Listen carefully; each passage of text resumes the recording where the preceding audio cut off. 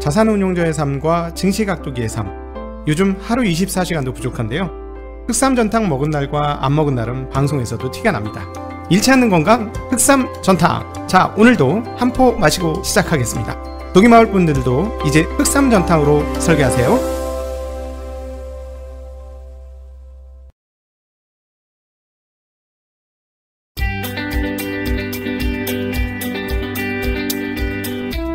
가기사는 증시각도기. 안녕하세요, 증시각도기 시청자 여러분, 투자자 여러분, 도기마을 여러분, 그리고 팟빵과 네이버 오디오 클립으로 듣고 계신 청취자 여러분, 반갑습니다. 10월 13일 아침이 밝았습니다. 10월달 들어와서 왜 이렇게 비가 많이 와? 왜 이렇게 흐린 날이 많은지 모르겠어요. 하늘은 밝은데 흐린 날이 많은 그런 날이 지속되고 있습니다. 마치 투자자들의 마음을 날씨가 대변하는 거 아닌가 싶은데, 작년에는 날씨가 너무 청명할 때 주가가 폭락하는 흐름들이 있어서 참 아이러니했는데, 이번 9, 10월달은 투자자의 마음과 날씨가 좀 같이 가는 듯 합니다. 자, 그러나 때가 차면 새로운 흐름이 나옵니다. 네, 태극의 흐름들이 이 주식시장에도 있죠. 어떤 하나의 기운이 가득 차면 새로운 기운이 시작된다 하는 것이 태극의 원리가 아니겠습니까? 자, 이제 악재가 무르익고 있습니다.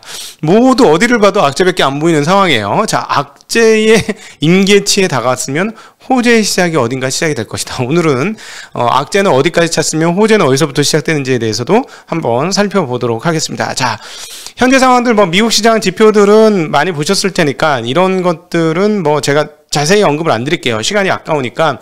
3대 지수 모두 빠졌고, 러셀 2000도 조금 밀려 내려오면서, 러셀 2000 올랐네요. 막판에 돌렸구나. 0.58% 올랐네요. 러셀 2000. 소형주인 러셀 2000은 올랐고, 필라델피아 반도체 지수는 떨어졌고, 그리고 기술주들도 대체적으로 좀 떨어지는 모습 보여주었고, 유가는 떨어지지 않았고, 달러는 조금 더 올랐습니다. 네, 이런 흐름들인데, 자, 이런 것들을 과연 어떤 것을 이야기하느냐 말씀드리도록 하죠.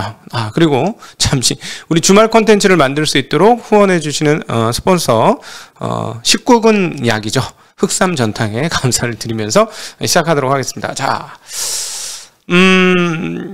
현재 시점에서의 핵심적인 사항이 무엇인지 알아야 현재 판때기가 이해가 되고, 그 다음 전개 과정이 어떻게 될 것인지 약간 가늠할 수 있고, 그럼 나는 포지셔닝을 어떻게 해야 되는지에 대해서 좀 더 생각할 수 있죠. 물론 저는 기업 시장을 바라보고 시장을 맞추려고 하는 포지션이 별로 장기적으로 바람직하지 않기 때문에 그런 포지션 취하라는 입장이 아니고, 좋은 기업에 동참하라, 좋은 기업과 동행하라는 게 저의 계속 드리는 말씀입니다. 그게 결국 시간이 지나면 이기는 태도가 될 것이다 라는 걸 말씀드리는데, 어쨌든 궁금하잖아. 궁금하니까 현재 상황이 뭔지는 알아보자. 뭐야 형, 지금 뭐 하는 거야? 자, 핵심이 이거야. 금리 인상 시기가 언제냐, 이게 핵심이에요. 핵심 중에 인플레 아니야. 인플레 아니라고. 인플레 때문에 지금 시장이 난리 나고 있는 것은 인플레 자체보다도 금리 인상을 언제 할 거냐예요. 예. 그리고 금리 인상에 대한 기본적인 생각은 뭐냐면, 테이퍼링이 끝나면 금리 인상을 한다는 거예요. 근데 테이퍼링은 언제? 대체적으로 내년 6월 달이면 끝날 것 같지. 그럼 내년 6월 달에 금리 인상 하는 거야, 마는 거야? 라는 게 지금 시장의 핵심 질문입니다. 여기에 대해서 어떻게 보느냐에 따라서 시장 대응이 달라지고 있는 거예요. 근데 오늘 어쨌든 금리는 조금 밀렸어요. 금리는 조금 밀리면서 숨고르기 했고, 그동안에 조금 빠르게 올랐던 금리 시장에서는 숨고르기가 했고, 그럼에도 불구하고 2년무로 상당히 큰 폭으로 금리가 상승을 했습니다. 그러니까 장단기 금리 차이가 좀 좁혀들은 거죠. 아직까지 멀었어요. 아직까지 100bp 이상 차이 나니까 아직 멀었고, 이게 이제 역전이 되는 상황들이 오면은, 어머, 이거 뭐니? 목미? 큰일 났다. 탈출. 이건 맞아요. 장단기 금리가 역전되면 보통은 탈출하는 게 훨씬 더 모양새가 좋습니다. 그거는 맞는데, 지금은 그런 상황은 전혀 아니다라는 거 일단 먼저 언급하고 진행하도록 하겠습니다. 왜냐하면, 왜 지금 이것 때문에 의혹을 하냐면, 연준 의장께서 말씀하시기를 그동안에 했던 얘기를 한번 뒤집어 주셨죠. 어디 쪽에서? 지금 난리 나 있는 인플레이션 영역에서 뒤집어 주셨어요. 단기적이야 라고 했는데, 한 1년 단기적이야. 이렇게. 2년 단기적인가? 이렇게 바꾼 거죠. 처음에는 한 6개월 단기적이야, 3개월 단기적이야, 이런 뉘앙스를 품어주다가, 아마 2년쯤 단기적일걸요? 뭐 이런 분위기를 풀어주시니 시장이 2년 단기죠? 참 이렇게 되는 거지. 이렇게 되니까 시장이 혼란에 빠지는 상황이 지금의 상황이다라고 볼 수 있습니다. 자, 조금 있다가 연준 인사들 두 분의 발언을 집중적으로 검토를 하면서 지금 어떻게 느끼고 있는지를 한번 보시게 될 건데요. 어쨌든 그러니까 시장이 무슨 이거 뭐 믿을 거 하나도 없네. 무슨 인플레이션이 일시적이 아니라고 한 거 보니 금리 인상도 나중에 할 거라는 거 개뻥이야, 개뻥. 저 형 또 뻥쟁이 돌아왔네 이러면서 금리 인상 바로 될 것이다. 이런 생각을 지금 시장이 하고 있는 거죠. 그래서 지금의 상황들이 전개되고 있는 것입니다.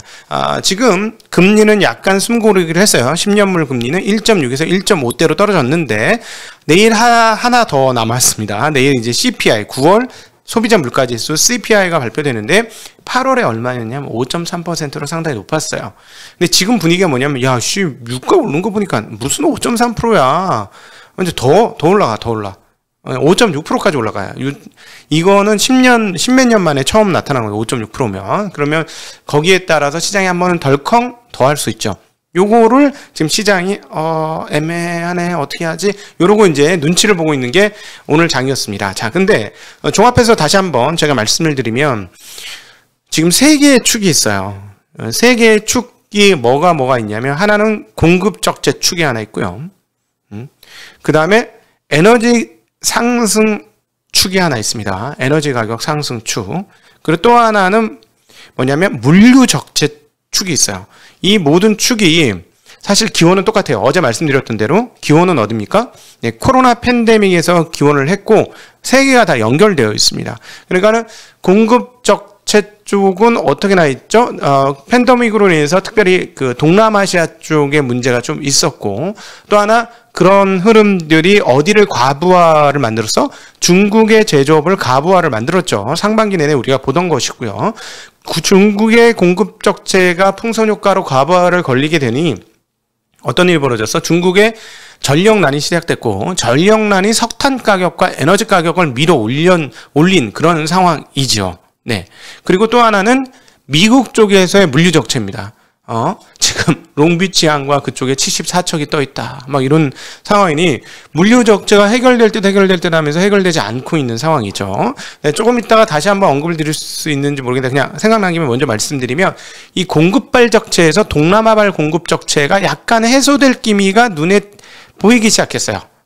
왜 이렇게 말씀드리냐면 지금 오늘 잡히는 뉴스 중에서 9월 중국의 전기차 판매량이 나왔는데 이미 언급이 좀 되긴 했었던 건데 중국의 전기차 판매량이 전년 대비 184%나 증가했고 전월 대비 15%나 증가했습니다. 그래서 굉장한 고공행진을 하고 있는데 9월 달 들어서 말레이시아발 저 요거 한 거 아니야. 말레이시아발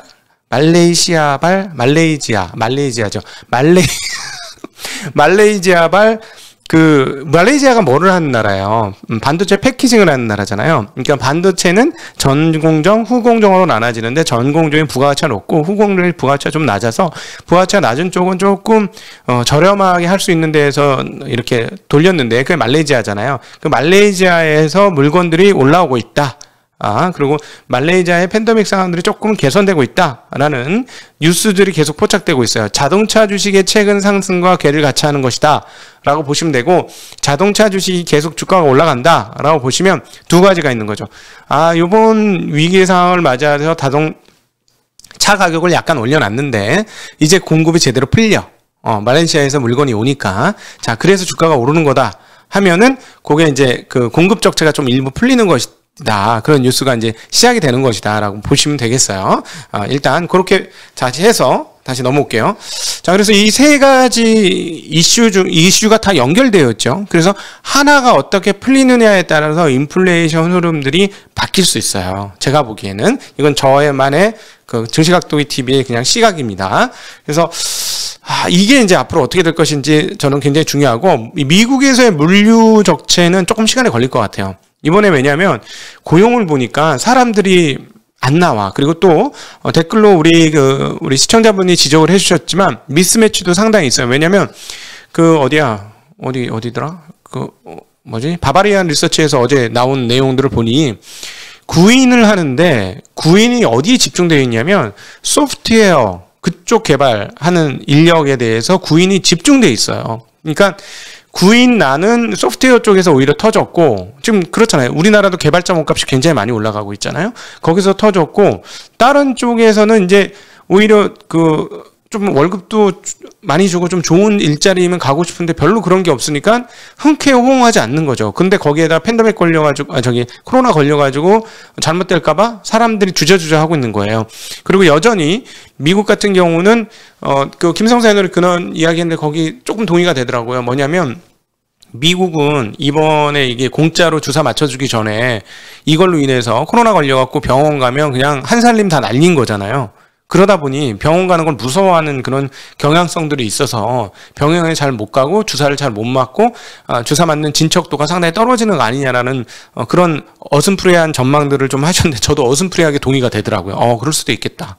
미국 같은 경우는 그럴 수도 혹시나 미국에 사시는 분들이 댓글로 그런 상황들에 대해서 보신 적이 있으면 알려주시면 저희가 상황 판단을 하는데 훨씬 더 도움이 될 것 같습니다. 그래서 만약에 정말 이런 흐름이라면 미국에서의 물류 적체가 해결되기까지는 역시나 조금 더 시간이 걸릴 것이다. 그래서 이 물류 적체까지가 해소가 되어야 인플레이션이 일시적이란 말이 완성된다.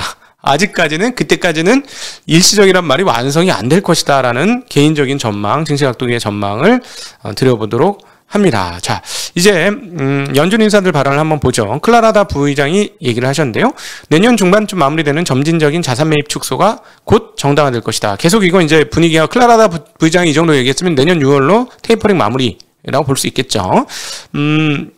올해 예상보다 더 강한 물가 상승 기간이 지속되고 있으나 높은 인플레이션 압력은 결국 사라질 것으로 예상했습니다.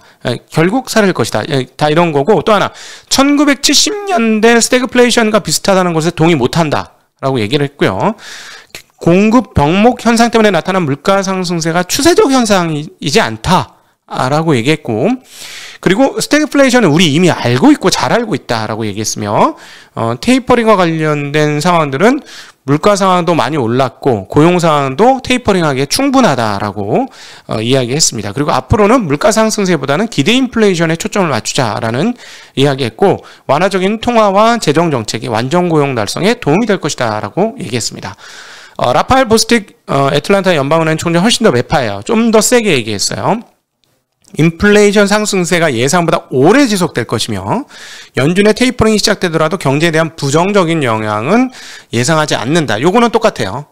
테이퍼링이 별 문제는 안 일으킬 것이다 라고 얘기했고 현재 상승한 인플레이션은 공급망 및 노동시장 혼란 같은 팬데믹 상황에 의해 유발된 일시적인 현상으로 계속 믿고 있다. 제가 앞서 이렇게 여러 가지로 설명드렸던 세 가지 축이나 지금 연준 인사들이 하는 말이나 거의 같은 궤예요. 같은 선상에서 말씀을 드리는 거고, 그런데 이분은 인플레이션 급등세가 예상보다 오래 지속될 수 있을 것이다 라고 했고, 그 다음에 테이퍼링이 별로 부정적인 영향을 미치진 않을 것이다 라고, 얘기했어요. 그리고 절대 일시적이지 않다라는 톤으로 계속 얘기를 하시는 게 이분의 핵심입니다. 그리고 아주 강경하게 11월에 테이퍼링 실시해야 된다고 얘기를 했고요.